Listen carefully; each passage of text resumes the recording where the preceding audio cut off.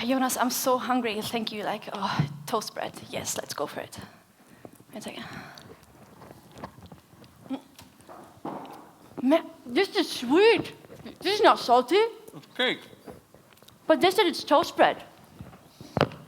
I was looking forward to get something because at lunch I didn't really get full, and now they're tricking me here. What is this weird stringy thing in the middle? I have no clue. Oh, it's vegetable. It's a okay. But now it's cake and they put vegetables in there? Okay, I'm not eating this. Not enough.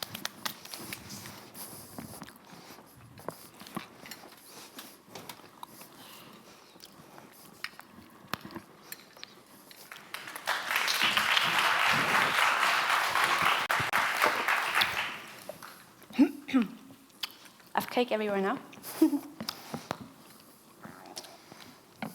So, I don't know if I mentioned my name before. So, my name is Anastasia. This is Jonas. You've heard he's the anthropologist, and I'm this facilitator. And we are parts of the Bite Me crew, and we are designing food with a purpose. And we have about, was it 15 minutes? 10, okay, good. Next slide, please. So I thought to give you an idea, where should I stand? Yeah. To give you an idea of who we are and how we started, I'm going to give you short little stories of how it was for us to begin and where we are now. Is that good? Okay. So 3.5 years ago, Jonas and I started with the Bite Me crew in Amsterdam. You wanted to go to Amsterdam, right? Yeah. And so this is one of the first things we did for an organization that needed 300 people, they said it themselves, in suits to meet. They were part of the culture, and they've never met before, but they were sponsoring the culture, like different things, museums, and they said they want to treat them really well for their anniversary and put them all on boats. You know, Amsterdam has these beautiful canals, and they said at the same time they're going to be on 7 different boats, and they have to get some lunch. And while they're having the lunch, standing up, they should also meet other people that are also contributing to the culture. So we've designed these boxes called Welcome on Board.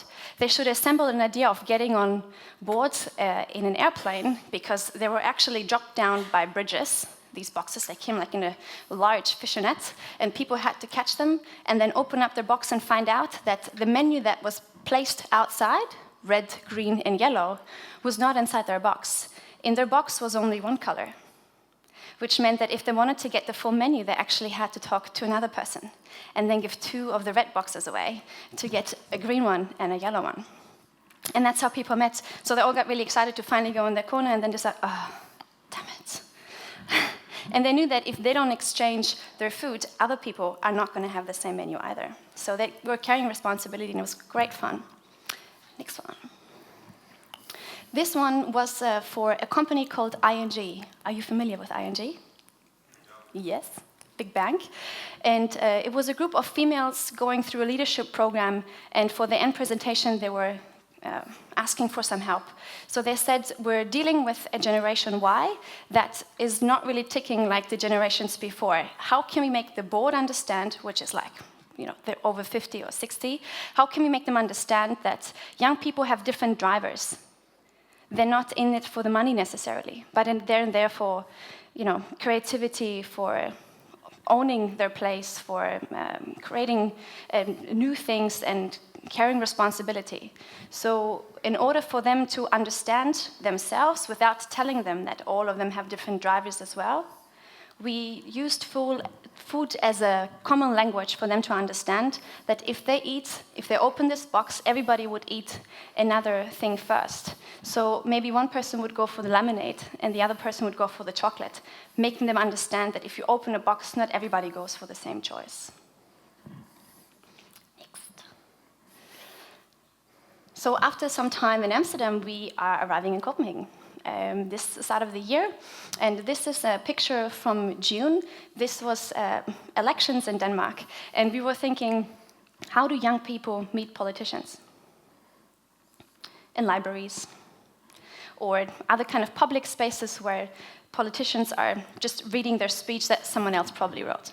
So we thought, that's kind of boring. Can we not do something about this? So the problem here, there's a really odd way of meeting politicians because they're somewhere here and we're somewhere here. So how do we get them on the same level? On a dining table, eating from the same plate. So we've invited 9 different politicians from 9 different parties, made them sit together with other random people, and for each course you had half an hour to eat with a different politician. A kind of speed dating, I would say. So young people were speed dating politicians, and because they were eating from the same plates, other stories came up than just their written regular story. And this is just 1 month later, in July, we were asked by Roskilde Festival to go into the Area J. Anybody familiar with Roskilde Festival? Yeah, of course. And Camping Area J is the clean and silent one where nothing ever happens. They say, this place is not where something happens. Can you make those people in there before the festival create some ownership over their place? Usually they are silent and clean, but we can still do something. Can you activate those people? And we said, yes, of course we can. So let's make a menu with 24 courses. Make it outside, align those tables, and get people together in 3. That means we can serve 100 people. And they came 1 hour earlier, and they each got a bag. So you see over here to the left, they got a bag, and they got these beautiful 4 people here, so proud of what they did. Their task was to take celery, which was cut really thinly, into the ice, and then, if anybody's familiar in kitchens, they know it turns into crudité. They turn into like this beautiful shaped celery. So that was their job, very easy, just to throw in the celery into the ice cubes and then get those crudités, which we then later on would serve. So these guys were very proud that they did this, and we had 23 other groups also creating their pot dishes. And at the end, everybody ate and got very drunk also. But everything was really clean even afterwards. So with the concept of you never cook alone, you never eat alone, you never drink alone, we also never clean alone. And that actually worked. So deriving from design thinking, we call what we do food thinking, which means that we work interdisciplinary in different areas and research, facilitate, make, and of course design food experiences. And today, in the next 5 minutes, we want that you maybe walk out understanding that food can be a tool and how you yourself can apply it in any environment. And with that being said, I'm heading over. It's your turn. So, if any of you fell asleep while Anastasia was talking, sometimes happens. Hey. No, I just want to shift your attention a bit, because now I'm going to ask you some questions. Just something with raising your hand, because I don't have enough time to actually listen to your answers. I'm sorry. I really want to, and we can talk about it afterwards. Next slide, please. So, in the last 45 minutes, how many of you were surprised? Oh, that's awesome. How many of you had an unexpected conversation? Okay. A bit less, but still okay. Yeah. How many of you cut the strings? And how many of you cut the strings within the first 5 minutes? Okay, you're doing really, really, really good. Like most people just, see assist and then they run towards it and jump it all at the same time. How many of you felt a bit insecure? Cool. And that's the thing Johanna spoke about yesterday. Should people feel completely secure and guided all the way? It's always a discussion for us whenever we facilitate these experiences. How much are we going to leave people in the black? Anyhow, I'm going to treat this as a little case of how we can apply food as a tool and how we have applied it in this case. We started with being asked if we could do something called a fika, or if you're not Swedish, called a high or low tea, depending on how much you're into the subject. And called something completely unnamed in Danish, because it's basically just a beer and a slice of bread on the side when you want to not work anymore. But originally, fika actually derives from like high tea, let's stick with the high tea, because I'm not going to get into the Swedish culture, because someone is going to be upset at me. Down in the corner here we have Mozart. So it's sort of at that time, supposedly we have Mozart. I'm not sure about it. But it's supposedly at this time that high tea sort of appears. And it's actually because the noble people miss the summer house feeling of going for walks and taking a ride and all that sort of stuff and hanging out. So it's sort of trying to move the social gatherings into the cities. We could do this much more complicated. I could talk about these different food cultures for very much more time than I have. So this is basically just something you can find on Google if you want to. You can do that with anything, of course, and then we could discuss details for hours. Yes. Then we are also asked to manipulate you to fit with the theme. And manipulation in food is basically something all major food companies and supermarkets and anything else does every time you buy anything. So it's a very commonly manipulated field. Okay, I'm being told to speed up. Yes, please go ahead.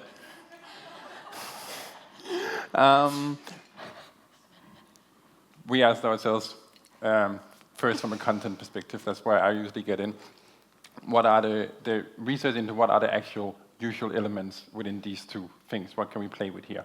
We can play with people's memory of what food is supposed to be for high tea and figure. And we can then shift it around because we're supposed to manipulate you. We can play with paradoxes of what food is supposed to be, what you think food will be, and then give you something else. And that's basically what we try to do. We then also ask some questions on the board as alibis for interaction if you wanted a conversation subject. Just sort of private questions, just to push you a little bit further if you were bored with the food and if you were just missing another kind of conversation. Yeah, that basically goes into how we did the facilitation, also the oyster leaves you got in the beginning, just to prep your mind for something different. Then talk to some chefs, what can we do? How can we do the different stuff? How do you make sweet toast, which has taken countless attempts to get sand cake, as we call it in Danish terms, into the right consistency to still look like toast. Yeah. And then coffee as wine, boards, crates, labels, all the design stuff you can make it look in the way to guide people sufficiently, at least. And it all sort of mingles together like that. Completely confusing, back and forth between people. And everyone, I think all our chefs are probably very tired every time we call them with a new question because we came up with this new little thing that would be really, really cool to push it somewhere else. And yeah, cool, that's what fun. We've done it with a very extreme case. Alibis gave us free hands to do almost as extreme as we wanted to. So we just played with everything we could think of playing with and thought you're probably a crowd that can figure it out and can live with it and have fun. But you could also do it with much smaller stuff that is much more familiar. Like often you have sandwiches standing in the corner of a conference. You can move it into attention. You can think about what is it you want the sandwich to achieve. Do you want people to share it? Do you want people to have something specific? Do you want people new energy? Do you want to... There's a lot of all these elements you can play it with in very daily things. You want to have people meet and eat at the same time. How are they going to talk to each other at the same time? Because you can't actually talk and eat. You know, it's uncomfortable for everyone, both the person talking and the person listening to what you're saying. Yeah. There's the boards that you had, which is basically derived from a networking request of how can people who go to a lot of networking receptions often express concerns that they have to choose whether to drink wine or eat food because they only have two hands and they also want to shake hands with people at the same time. So that's like a very little simple tool to try to fix that, and one can of course do that in many ways. And then there's the sort of there's a lot of fear, expectations, assumptions about food that one can of course also play with. We do it a lot also to use it as a social tool for community building. How can you use food as a trigger for people to talk to each other and know your neighbors, and you know how you used to ask for sugar by knocking on your neighbor's door until the supermarkets started to be open until 10 o'clock, so you never ever need to knock on your neighbor's door. That's like also very simple, familiar things, at least if you're older than 30, 40. Yeah. And with that, those few examples, I don't know, am I done now? You're done. Okay.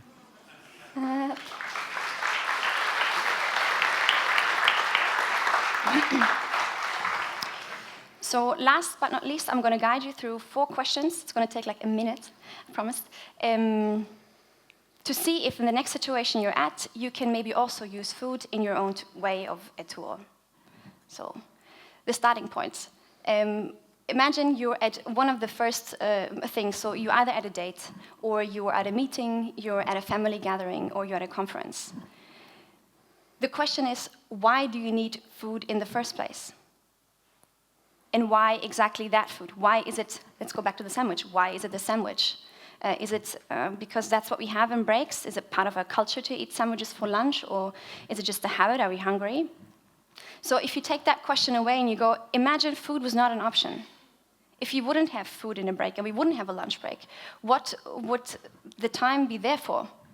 Maybe for a conversation, or for a connection, or for making a decision?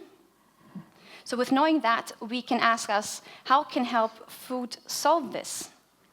And we can actually go into the atmosphere, into how do we visualize this? What kind of interaction is needed? What kind of shared language? What memories would we like to invoke? Or what kind of culture would we like to introduce? And with knowing that, we can then only then ask us, what kind of food and how do we serve it? Thank you. Bravo. Thank you very much. Anastasia Dimitriadou and Jonas Sögaard-Grön.